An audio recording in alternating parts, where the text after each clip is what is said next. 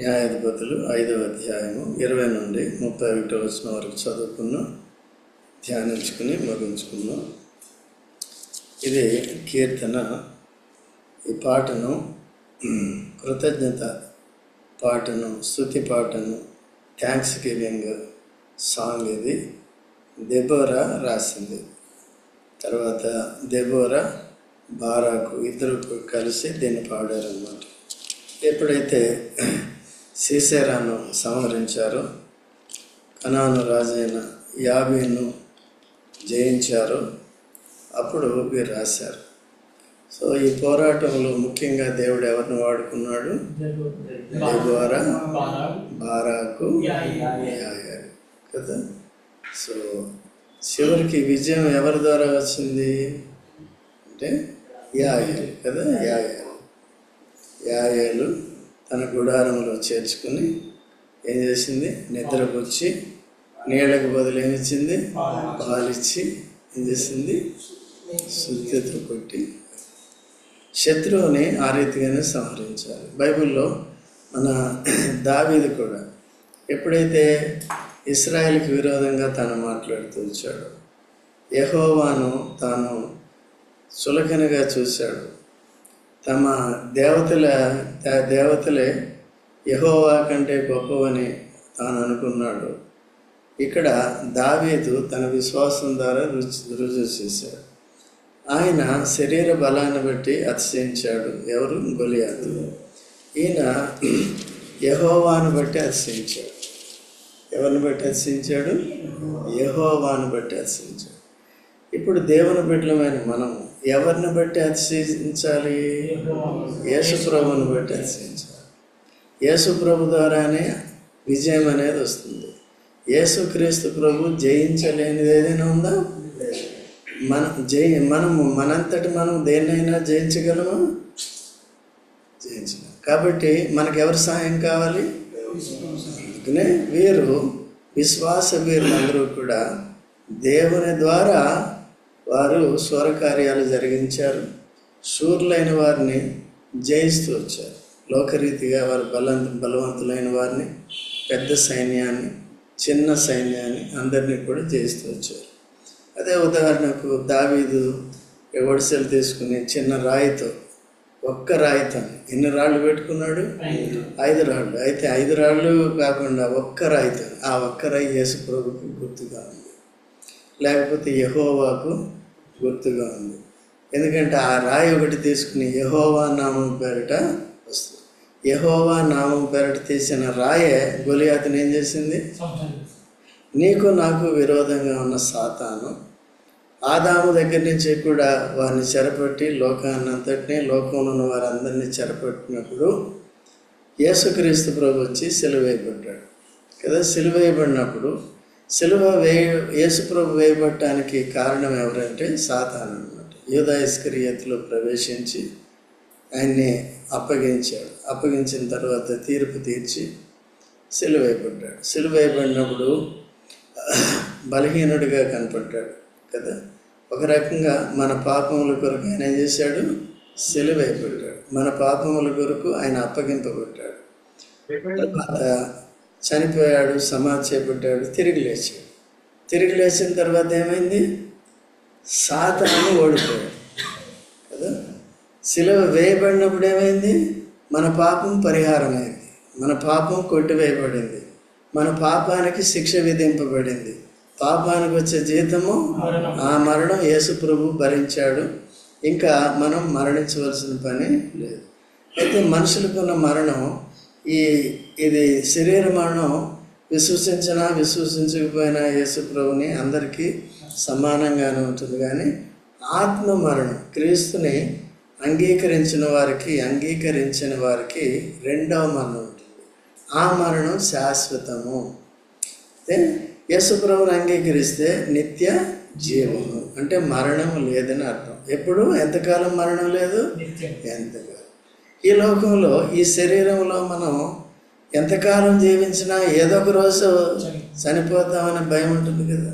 అందుకనే ప్రతి మనిషి ఎలా బ్రతుకుతున్నాడు లోకంలో? మరణ భయం చేత. దయచేసి చూడండి, హెబ్రీయులకు రాసిన పత్రిక 2వ అధ్యాయం 14వ వచనం. హెబ్రీ 2:14 త్వరగా చదవండి ఎవరైనా సరే. ఆన్లైన్ ఆఫ్లైన్ డిస్టర్బెన్స్ లేదు. కాబట్టి ఆ పిల్లలు రక్త మాంసములు గలవారైనందున ఆ ప్రకారమే మరణం యొక్క బలము ఎవరికి ఉంది? సాతానుకు ఉంది. మరణం యొక్క బలము కలవానిని అపవాది మరణం మీద ఎవరికి బలం ఉంది? సాతాను మరణం తీసుకొచ్చింది. యేసుక్రీస్తు ప్రభు ఏం చేశాడు? పునరుద్ధానాన్ని తీసుకొచ్చాడు. సాతాను ద్వారా ఏమొచ్చింది? ఆదాము హవ్వల ద్వారా పాపం చేయించాడు. ఏం తీసుకొచ్చాడు? మరణం. అదే అందుకని యేసు ప్రభు ఎందుకు రావాల్సి వచ్చింది? ఆదాము హవ్వల ద్వారా సాతాను తీసుకొచ్చిన మరణాన్ని జయించటానికి పునరుద్ధానాన్ని తీసుకొచ్చాడు. అందుకనే మన పాపముల కొరకు చనిపోయాడు. అయితే సాతాను ఏం చేయాలి? మరణం మీద బలం కలవాన్ని జయించుటకు తిరిగి లేచాడు. అదే అర్థం. ఓకేనా? అర్థమైందా? ఏమర్థమైంది? సాతాను ఎవరు? మరణం తీసుకొస్తాడు. ఎవరికి? మనుషులు. అయితే యేసు ప్రభు ద్వారా ఏమొచ్చింది? పునరుద్ధానం వచ్చింది. అందుకనే క్రీస్తునందున్న వారికి ఏ శిక్ష విధి లేదు. యేసుక్రీస్తునందు ఉండాలి. నేను ఎప్పుడో నమ్ముకున్నాను, బాప్తిసం తీసుకున్నాను అంతేకాదు కదా. ఎప్పుడు కూడా ఏం చేయాలి? మనం ప్రభువులోనే ఉండాలి, ప్రభువులోనే కొనసాగాలి. సో అలాగా మనం గుర్తుపెట్టుకోవాలి. కాబట్టి మరణ బలము గలవాని జయించుటకు యేసుక్రీస్తు వచ్చాడు. ఎప్పుడైతే తిరిగి లేచాడో సాతాను ఏమైపోయాడండి? ఓడిపోయాడు. అందుకనే 2వ తిమోతి 1:10 కూడా చూడండి. 2వ తిమోతి 1:10 త్వరగా ఎవరైనా చదవండి. మన క్రియలను బట్టి కాక తన స్వకీయ సంకల్పమును బట్టి అనాది కాలముననే క్రీస్తు యేసునందు మనకు అనుగ్రహింపబడినదియు క్రీస్తు యేసును మన రక్షకుని ప్రత్యక్షత వలన బయలుపరచబడినదియునైన తన కృపను బట్టి మనలను రక్షించి పరిశుద్ధమైన పిలుపుతో ఆయన మనలను పిలిచెను. ఏం చదివామ్మా? 2వ తిమోతి 1:10. అదే ఆ క్రీస్తు యేసు మరణమును నిరర్ధకం చేసి జీవమును అక్షయతను సువార్త వలన వెలుగులోనికి తెచ్చెను. ఆ క్రీస్తు యేసు ఏం చేశాడంటే మరణమును జయించి మరణమును నిరర్ధకము చేసి మరణాన్ని తొలగించాడు. అందుకనే క్రీస్తు యేసునందున్న వారిలో ఏం లేదు? మరణం లేదు. ఏ మరణం లేదు? శాశ్వత మరణం లేదు, రెండో మరణం లేదు, నరకము లేదు. యేసుక్రీస్తునందు విశ్వాసం ఉంచిన వారి ఎదుట నరక ద్వారాలు మూసివేయబడ్డాయి, పరలోక ద్వారాలు శాశ్వతంగా తెరవబడ్డాయి. కాబట్టి క్రీస్తు యేసునందున్న వారు ఎక్కడికి వెళ్ళరు? ఎందుకు వెళ్ళరు? మూసేసాడు. మరణాన్ని ఏం చేశాడు? నిరర్ధకం చేశాడు. మూసేయలేదా? మరణాన్ని నిరర్ధకం అంటే అబాలిష్డ్ డెత్. ఈ cancelled death. So there is no death in Christ. కాబట్టి క్రీస్తుని చంపేస్తున్నానని అతిశయపడ్డాడు సాతానుడు. గొలియాతు కూడా ఈ పిల్లగాడు ఏమన్నాడు? ఇంత ఉన్నాడు, జానుడు ఉన్నాడు, భూమికి జానుడు ఉన్నాడు, కుక్క మీదకి వచ్చినట్టు వస్తున్నాడు, ఇంత కట్టి తీసుకుని, ఇంత బ్యాగ్ తీసుకొని అనుకున్నాడు కదా. ఏమైంది? యెహోవా నామం పేరిట వేసిన రాయమైంది, ఒక్క దెబ్బ కొట్టింది. అంతా కప్పుకున్నాడు కానీ ఎక్కడ లేదు. సాతానికి బుద్ధి లేదు, మీకుందా? సాతానికి బుద్ధి లేదు, మీకుందా? ఎందుకు? యేసు ప్రభుని సిలువేసి చంపేస్తే ఆ సిలువేయటానికి యూదాస్కర్యోతు తన శిష్యులోనే ఒకరిని పట్టుకుంటే పీడ విరగడైపోతుంది అనుకున్నాడు. అది బుద్ధి, జ్ఞానం. అది సాతాను బుద్ధి. సాతానుడు ఎప్పుడు కూడా ఏ కార్యాలు చేస్తాడు? ఆయన అనుసరించిన వారంతా బుద్ధి లేని వాళ్ళు అనుసరించే వాళ్ళంతా మనం ఇప్పుడు ఎవరిని అనుసరిస్తున్నాం? గాడిద గుడ్డు, సగం ఇటు సగం ఇటు.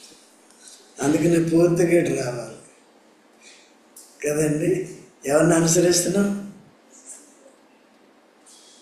కదా.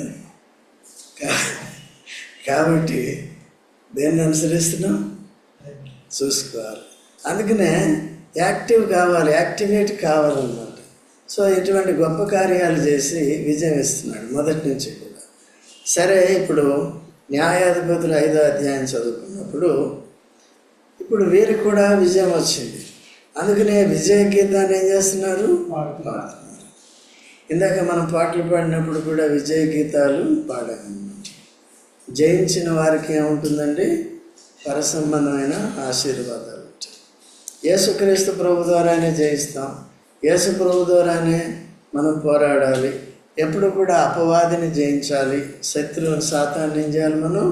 వాడు శోధిస్తాడు, క్రీస్తు నుండి వేరుపరచాలని చూస్తూ ఉంటాడు, లోకాన్ని ఆశ చూపిస్తాడు, డైవర్ట్ చేస్తూ ఉంటాడు. వాక్యం చెప్తున్నారు వినొద్దు, దేవుని సేవ చేయాలి, సువార్త వెళ్ళొద్దు.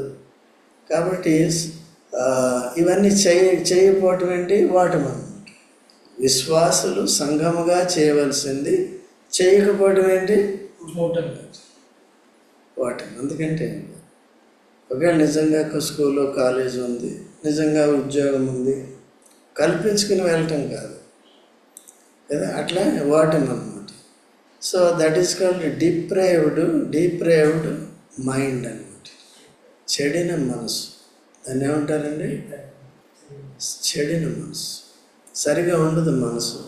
అయితే ఆత్మీయ విషయాలకి ఆసక్తితో అప్పగించుకోవటం మైండ్ అని ఉండదు. దేనికి అప్పగిస్తాం? సో అందుకనే మన వాటమి ఎక్కువగా దేవుని బిడ్డలం అయినప్పటికీ కూడా. అతను కూడా అపోస్తలుడు ఎవరండి? యోధా ఇస్కరియోతు. సో అది డీప్రేవ్డ్ మైండ్ ఉంది కాబట్టి వాడు ఏం చేశాడు? సాతానుని పట్టుకున్నాడు. మనలో కూడా అనేక మందిని ఎవరు పట్టుకుంటారు? అందుకనే జాగ్రత్తగా ఉండాలి. వాడి వశంలో ఎప్పటికీ ఉండకూడదు, ఇంత కొంచెం కూడా ఉండకూడదు. అందుకనే యాక్టివ్గా ఉండాలి. జయించే వారి స్పిరిట్ మనకు ఉండాలి. కాబట్టి గొలియాతుని చంపినప్పుడు దావీదుకి ఏ స్పిరిట్ ఉంది? ఆ స్పిరిట్ ఆయనకి ఎనర్జీని ఇచ్చింది. కాబట్టి రెండోది, ఇప్పుడు మూడోది మనం చదువుకున్నాం కదా, దెబోరాకు, బారాకు ఏముంది? వారికి జయించే స్పిరిట్. ఆటల పోటీల్లో కూడా 2 టీంలు ఉంటాయి. ఎవరికి ఉంటుంది జయించే స్పిరిట్? ఎవరికి ఉంటుంది? ఆటల పోటీలు అందరికీ ఉంటుంది, 2 టీములకి ఉంటుంది. కానీ ఎవరు జయిస్తారు? బాగా పోరాడిన వాళ్ళు. ఒక్కళ్ళే కరెక్ట్గానే ఎవరు? మనం ఎలా పోరాడుతున్నామని చూడాలి. ఎలా ఆత్మీయ విషయాల్లో పోరాడుతున్నాం. ఒంటరిగా చేయలేము, సంఘంగా చేయగలుగుతాం. దాని వాక్యాన్ని నేర్చుకోవాలి, సంఘం ద్వారా ప్రార్థన చేయాలి, జయించాలి. ఇక్కడ లేక మనం అక్కడ ఉంటే ఓటమి, ఇక్కడ ఉంటే నేర్చుకుంటాం, జాగ్రత్తగా విజయాన్ని పొందటానికి వీలవుతుందన్నమాట. అందుకనే ఈ విజయ గీతాన్ని వారు రచిస్తూ వచ్చారు. సో 20వ వచనంకి వచ్చినప్పుడు, నక్షత్రములు ఆకాశము నుండి యుద్ధము చేసెను, నక్షత్రములు తమ మార్గములలో నుండి సిసెరాతో యుద్ధము చేశాను. నక్షత్రాలు దేనికి గుర్తంటే నీతిమంతులకి గుర్తు అన్నమాట. అబ్రహాముకి దేవుడిచ్చిన సంతానం ఎటువంటిదండి? ఆకాశ నక్షత్రం. దేని చూపించాడు? పాపానికి దాసులైన వారు, శరీర సంబంధులైన వారు, సాతాను సంబంధులైన వారు ఇసుక రేణువులతో సంబంధం. ఇటు యేసుక్రీస్తుని అంగీకరించిన వారు ఇసుక రేణువులు అంత విస్తారంగా ఉంటారు కదా. వాళ్ళు తొక్కబట్టడానికి భూ సంబంధంగానే ఉంటారు, కాబట్టి లోక సంబంధంగానే ఉంటారు. ఆకాశ నక్షత్రాలు ఎవరండి? వాళ్ళు నీతిమంతులు, జయించిన వారు, దేవుని బిడ్డలు అన్నమాట. ఎస్తేరు పేరేమి మార్చారు? ఎస్తేరు పేరేంటి? హదస్స ఎలా మార్చారు? ఎస్తేరు అంటే అర్థం ఏంటి? నక్షత్రం కదా. ఆమె కూడా దేవుని కార్యాల విషయంలో అంత ఆసక్తి లేదు. తన పినతండ్రి మొర్దెకై ఏం చేశాడంటే తనలో భారాన్ని కలుగజేశాడు. సంఘం ఎప్పుడు ఏం చేస్తుందంటే ఏం చేస్తుంది? నిద్రపో అంటుందా? ఏం చేయాలి సంఘం? లేకపోతే వారానికి ఒక రోజు రండి మంచిగా ఉంటుంది, మిగిలిన రోజు నిద్రపోండి అంటే ఏముంటుందండి? నిద్రపోయేది నక్షత్రమా? అందుకనే పౌలు కూడా ఏమంటాడు, మనం ఎలా ఉండాలంట? వెలుగు జ్యోతుల వలె ఉండాలంట కదా. స్టార్స్ ఆఫ్ హెవెన్ ఎప్పుడు కూడా ఏమవుతాయి అవి? The shine always. అర్థమవుతుంది? నీతి అంటే అది. పాపం అంటే అర్థం ఏంటి? పాపం అంటే అంధకారము, నీతి అంటే ఏంటి? వెలుగు. పాపులమైన మనల్ని నీతిమంతులుగా తీర్చాడు కాబట్టి ఇప్పుడు ఆకాశ నక్షత్రాల వల్ల చేశాడు. భూమి మీద ఏం చేయాలి? మనం వెలుగుతూ ఉండాలి. సో చూడండి, దానియేలు గ్రంథం 12వ అధ్యాయము 3వ వచనం చదవండి. బుద్ధిమంతులైతే ఆకాశ మండలంలో జ్యోతులను పోలిన వారై ప్రకాశించేది. నీతి మార్గం అనుసరించి నడుచుకున్నట్లు ఎవరు అనేకులను త్రిప్పుల్లో వారు నక్షత్రముల వలె నిరంతరం. చూసారా, మనము నీతి మార్గంలో నడుచుకుంటూ మన జ్యోతుల వలె ఉంటూ అనేకుల్ని చీకట్లో ఉన్న వారిని ఎటు తిప్పాలి? వెలుగులోనికి, నీతి మార్గంలోనికి తీసుకురావాలి. నీతి మార్గం ఏది? యేసు ప్రభు మార్గం కదా. యేసు ప్రభుకి వేరుగా ఉన్నదంతా దుర్నీతి మార్గం. యేసు ప్రభులో ఉన్నది నీతి మార్గం. నీతి ద్వారా దేవునితో సమాధానం ఉంటుంది. తర్వాత నీతి ద్వారా నిత్య జీవం వస్తుంది. నీతి ద్వారా సమాధానం ఉంటుంది. ఓకే, నెమ్మది ఉంటుంది. ఓకేనా? లేక శాంతి ఉంటుంది. అర్థమవుతుంది? అంటే ఒకవేళ ప్రతికూల పరిస్థితుల గుండా, ఇరుకులు ఇబ్బందులు గుండా వెళుతున్నప్పటికీ కూడా దేవుడు ఆదరిస్తాడు, లోపల ఒక నెమ్మది ఇస్తాడు. అంత మాత్రమే కాకుండా ఆ దుఃఖ సాగరంలో ఎప్పుడు ముంచాడు, దాని నుంచి ఏం చేస్తాడు? తన మీద ఆధారపడి నాకు విజయం కావాలి, ఈ పరిస్థితి నుంచి, ప్రతికూల పరిస్థితి విజయం కావాలి అని ప్రార్థన చేయాలి. సంఘముతో కలిసి చేయాలి. మన బాధలు ఎవరికి చెప్పుకోవాలి? సంఘానికి కూడా చెప్పాలి. సంఘం అంటే ఏంటండి? శరీరము. ఈ సంఘం అనే శరీరంలో రోహిత్ ఎవరు? మనం అవయవాలము. ఒక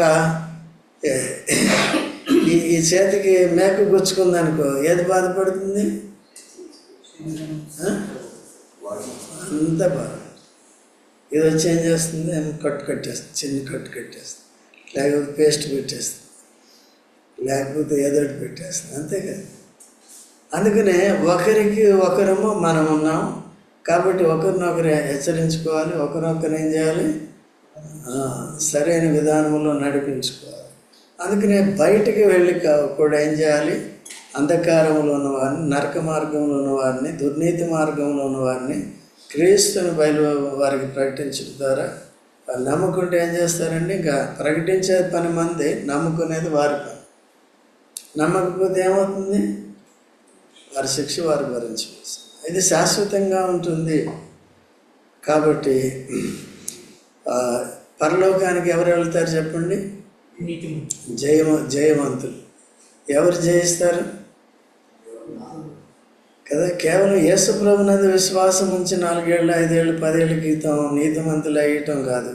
అనుదినము నీతిని కాపాడుకుంటూ అనుదినము జయించాలి. దేన్ని జయించాలి? శరీరంలో ఉన్న ఆదాము స్వభావాన్ని, లోకాన్ని, లోకంలో ఉన్న ఆశల్ని జయించాలి. ఎందుకంటే సాతాన్ని ఎర చూపించేదేంటి? లోకంలో ఉన్నవాడు. వాటిని బట్టి ఏం చేస్తామంటే సంఘానికి దూరంగా ఉంటాం. క్రీస్తుని ఆధారం చేసుకో, ఎదుకు జయ జీవితం కొరకు. క్రీస్తు ద్వారానే మనకేమొస్తుందండి? విజయం వస్తుంది. కాబట్టి యేసుక్రీస్తు ప్రభు కూడా తాను ఈ లోకంలో పుట్టినప్పుడు, జ్ఞానులు పొరపాటు చేసినప్పుడు సో వారిని నడిపించింది ఎక్కడండి? యేసు ప్రభు ఉన్న స్థలానికి నడిపించింది. ఎవరు నడిపించారు? నక్షత్రం. బాబు వింటున్నావా?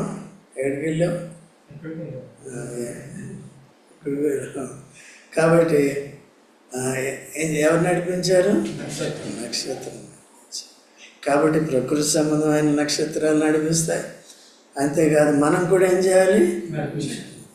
క్రిస్మస్ వచ్చినప్పుడు ఇంటి మీద నక్షత్రం పెట్టేసుకుంటే కాదు, ఏం చేయాలి? నిజమైన నక్షత్రం ఎవరు? నడిపిస్తే. ఎవరిని?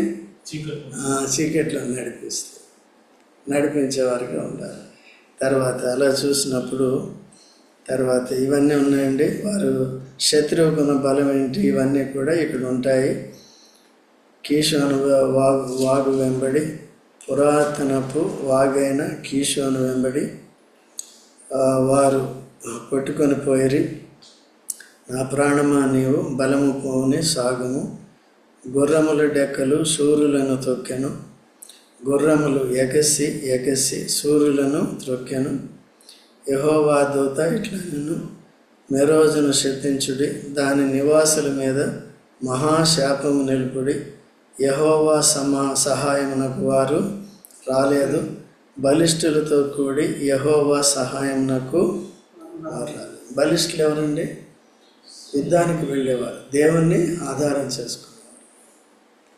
సో మిగిలిన వారు రాలేని వారికి ఏంటంటే ఇక్కడ జయించిన వారికి, జయించే వారితో కలిసి పోరాటం చేసి కదా జయించిన వారికి శాపం అని ఉంటుంది. కాబట్టి శత్రువు యొక్క గుర్రాలని ఏం చేశారంట? తొక్కివేశారు. తర్వాత 24, కనానీయుడైన హేబేరు భార్య యాయేలు, కయ్యోనీయుడైన హేబేరు భార్య యాయేలు స్త్రీలలో దీవెన. ఎందుకండి? ఆమె జయించింది. ఆమె ఏం చేసింది? జయించింది. ఇశ్రాయేల్ అందరికీ ఏం చేసింది? ఏమంటున్నారా? టైం అయిపోయిందా? ఏమన్నా ఉందా ఏంటి? మరి వినండి జాగ్రత్త. అక్కడ విన్నట్టు ఎందుకండి, ఇక్కడ ప్రతి మాట పడాలి కదా. కాబట్టి ఏం చేసిందండి? ఆమె దీవెన ఎందుకు ఉంటుంది? ఆమె జయించింది కాబట్టి. దేంట్లో? సీసెరాను సంహరించట్లో తాను జయించింది. ఆ తర్వాత దీవెనందును గుడారములో నుండి స్త్రీలలో ఆమె దీవెన. గుడారముల్లో ఖాళీగా ఉన్న వారి కంటే కూడా బయటకు వచ్చి పోరాటం చేసింది. గుడారాన్ని విడిచి ఎక్కడికి వచ్చింది? మనకి ఎక్కడ ఉండటం ఇష్టం? గుడారం. ఎందుకు?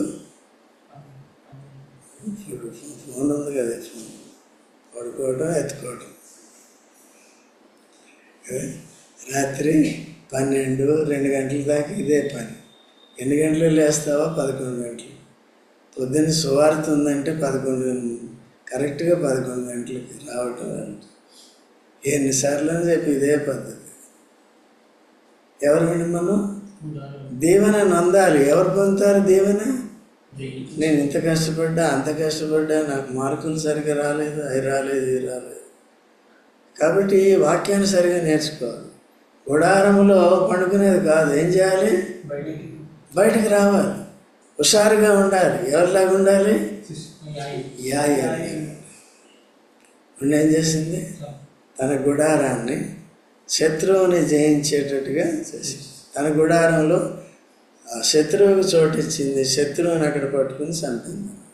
మరి మన గుడారాలు ఎలా ఉన్నాయి బాబు? మన గుడారాలు ఓడిపోతున్నాం. దీంట్లో మునిగిపోతే ఏం చేసాం? ఏం చేస్తున్నాం ఇంతవరకు అంటే ఇదే పని చేస్తాం. పనికి వచ్చాయో పనికి రాని ఏదో ఒకటి చేస్తూ ఉంటాం. కాబట్టి చదువు మీద కూడా శ్రద్ధ పెట్టరు. ఇది ఉన్నంతసేపు చదువు మీద కూడా శ్రద్ధ పెట్టరు. లేకపోతే ఏదో రకంగా డైవర్ట్ అయిపోతూ ఉంటాం. దయచేసి అలాంటివి మానుకోవాలి. ఇదంతా కూడా ఓటమితో కూడిన జీవితం. అది దీవెన మనకి తీసుకురాదు కదండి. కాబట్టి శాపమే వస్తుంది, నష్టమే వస్తుంది. అట్లా నేను క్రైస్తవుని, నేను దేవుని బిడ్డను అనుకోవటం సరిపోదాం. పేరుకి అనుకుంటే సరిపోదు. దేవుడు అంగీకరించాలి. అనుదినము కూడా పోరాటంలో మనం ఉండాలి. ఓకేనా? తర్వాత శత్రువుకి ఏమైందో చూడండి. ఇక్కడ 28వ వచనంలో, సీసెరా తల్లి కిటికీలో నుండి చూచెను, అల్లిక కిటికీలో నుండి చూచి కేకలు వేసెను. రాక అతని రథము తడువు చేయనేల, అతని రథముల చక్రము ఆలస్యము. సీసెరా తల్లికి బాధ. ఆమె ఏం చేసిందంట? అల్లిని కిటికీలో చూసిందంట. చూస్తూ ఉంది, ఎప్పుడు వస్తాడు నా కొడుకు, నా కొడుకు. ప్రతి తల్లి వాడు ఎటువంటి వాడైనప్పటికీ కూడా తల్లి ఎవరి కొరకు వెయిట్ చేస్తుందండి? కుమారుడు. ఎప్పుడు వస్తాడా? యుద్ధంలోకి వెళ్ళాడు కదా. సైన్యంలో ఉన్నవాళ్ళు కూడా ఒకవేళ యుద్ధం జరుగుతుందంటే దూరంగా ఉన్న తల్లిదండ్రులు కానీ భార్య పిల్లలు కానీ ఎప్పుడు కూడా టెన్షన్లో ఉంటారు. లేదు, మొన్న యుద్ధం ఏం జరిగింది కదా, పహల్గాము సింధు పహల్గాము యుద్ధం అక్కడ జరిగింది కదా. దాన్ని బట్టి సింధూర్ కదా, దాంట్లో మనవాళ్ళు కూడా కొంతమంది చచ్చిపోయారు కదా. చనిపోయిన వాళ్ళు వాళ్ళ రోదన చూడండి ఎట్లా ఉంటుంది. యుద్ధం స్టార్ట్ అయిందంటే ఇరుపక్షాల ఈ సైన్యంలో ఉన్నవారు ఎవరు చనిపోతారు అనేది తెలియదు. సో ఆ కారణం చేత చూడండి, తల్లి ఏం చేస్తుందండి, సిసెరా తల్లి తన నిరీక్షణకి ఏది ఫలితము లేదు. అయితే క్రీస్తునందు మన నిరీక్షణకి ఎప్పుడేముంటుంది? ఫలితం ఉంటుంది. ఆమె కిటికీలోనే చూడండి, ఎక్కడి చూడండి, ఇక రాలేదు, తిరిగి రాలేదు. 29వ వచనం, ఆమె వద్దనున్న వివేకం గల రాజకుమార్తెలు ఏలాగననే ఉత్తరము ఇచ్చిరి. ఆమె తనకు తాను మరల ఇట్లా అనుకొనుచుండెను, వారికి దొరికను కదా, దోపుడు సొమ్ము పంచుకుంటున్నారు కదా. యోధులందరూ తలాయక స్త్రీని తీసుకుందరు, ఇద్దరేస స్త్రీలు వారికి దొరుకుదురు. సిసరాకు రంగు వేయబడిన వస్త్రం ఒకటి దోపుడు సొమ్ముగా దొరుకును, రంగు వేయబడిన విచిత్ర వస్త్రం ఒకటి దోపుడుగా దొరుకును. రెండు వైపులా రంగు వేయబడిన విచిత్రమైన వస్త్రము దోచుకొని వారి మేడలకు తగిన వస్త్రం ఒకటి దొరుకును. శత్రువు యొక్క నిరీక్షణ ఏంటంటే, వారి నిరీక్షణ ఏంటి? మా ఓడికిది యుద్ధానికి వెళ్ళాడు, మా ఓడికి ఇస్రాయేల్ని ఓడిస్తాడు, వాడికి మాకేం దొరుకుతుంది? విచిత్రమైన బట్టలు దొరుకుతాయి, అన్నీ దొరుకుతాయి, దోపుడు సొమ్ము దొరుకుతాయి, దాంతో వస్తాము అని నిరీక్షణ. ఇప్పుడు సాతాను వెనకుండే ఏం చూస్తూ ఉంటాడు? యేసుక్రీస్తు ప్రభుని బంధించినప్పుడు, యేసు ప్రభుని తీసుకెళ్ళినప్పుడు, చెరలోకి తీసుకెళ్ళినప్పుడు, తర్వాత ఆయనకి తీర్పు తీర్చి సిలువ వేసేటప్పుడు యేసు ప్రభు ఏమంటాడు? నాకు దొరికింది, దోపుడు సొమ్ము ఏమైంది? దొరికింది. ఇక పీడ విరగడైపోయింది. ఇప్పటి వరకు పంపబడిన యెహోవా నామం పేరిట పంపబడిన యెహోవా ప్రవక్తలందరినీ చంపించాను, వాడితోనే చంపించాను. ఇప్పుడు కుమారుడు వచ్చాడు, ఈయన కూడా చంపేస్తాను, ఇప్పుడు దోపుడు సొమ్ము నాదంటే మనమే దోపుడు సొమ్ము. సాతాను ఎవరిని దోసుకుంటాడండి? వాళ్ళనే దోసుకుంటాడు. ఇప్పుడు అనుకున్నాడు, కానీ ఏమైంది? వాడి కోరిక నెరవేరిందా? వాడే దోపుడు సొమ్ము. అర్థమైందా? కాబట్టి సాతాన్ని మనం దోచుకోవాలి, కానీ మనం సాతాన్ని దోచుకోవాలి. ఇట్లా మోసం. సాతాను ఎవరు? జ్ఞానవంతుడా బుద్ధిహీనుడా? ఈజీగా మనకి దైవ జ్ఞానం కొద్దిగా ఉంటే వాడిని ఈజీగా బుట్టలో పెట్టచ్చు కదా. కానీ పెట్టగలుగుతున్నావా?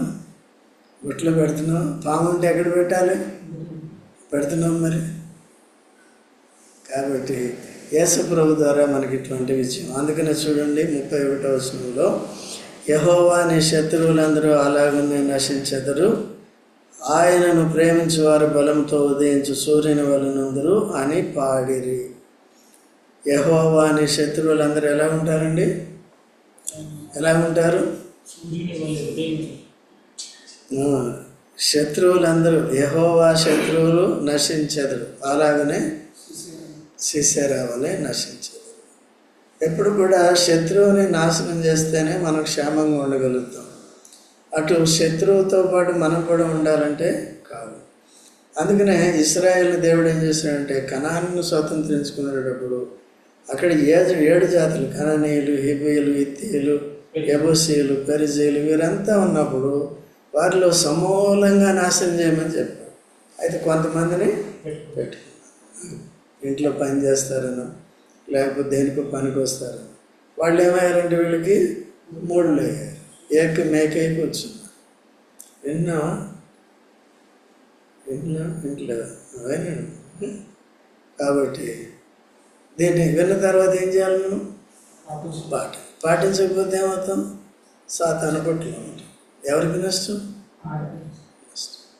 కాబట్టి కాబట్టి ఆయన ప్రేమించే వారు ఏం చేస్తారంటే బలముతో ఉదయించే సూర్యుని వలె. ఇప్పుడు వీరికి విజయం వచ్చినప్పుడు వీళ్ళు ఎలా ఉన్నారు? దెబోరా, బారాకు, ఇశ్రాయేల్ అందరూ కూడా ముఖాలు వెలిగిపోతాయి కదా విజయం వచ్చినప్పుడు కదా. ఒకవేళ మంచి ప్రమోషన్ వచ్చిందనుకో ముఖం ఎలా ఉంటుంది? ఇప్పుడు ఎలా ఉంది?